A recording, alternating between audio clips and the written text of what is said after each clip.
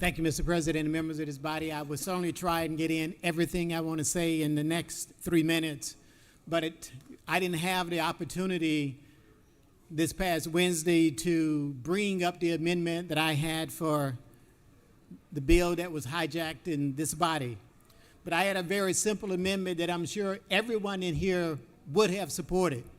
That simple amendment says if you're going to ban DEI, then you should ban DEIW. And let me explain to you what that means.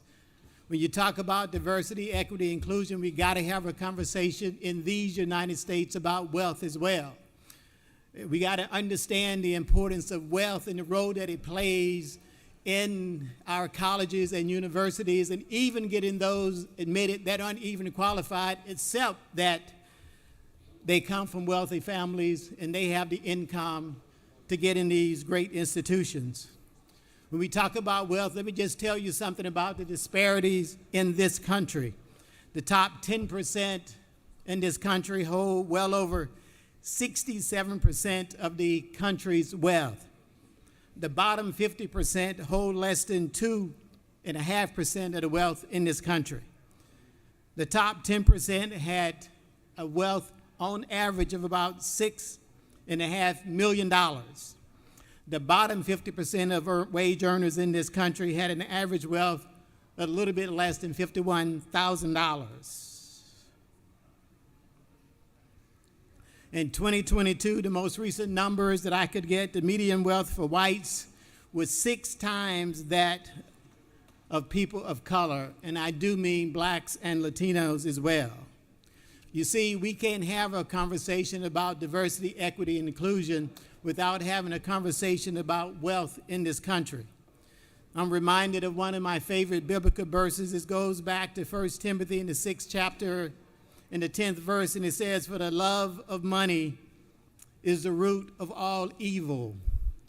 For the love of money is the root of all evil. So when we're talking about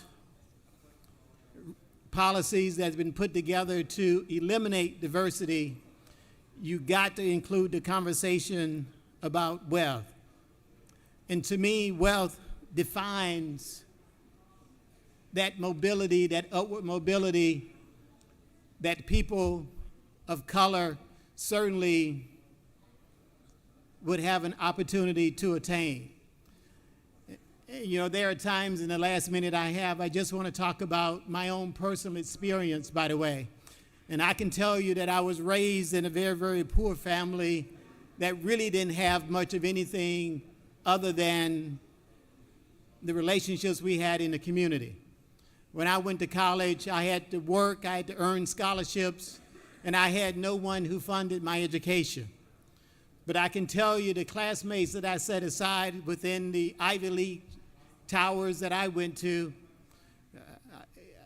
sometimes I felt inferior. Sometimes I felt like I didn't have what it takes because they had so much more of an advantage than what I had.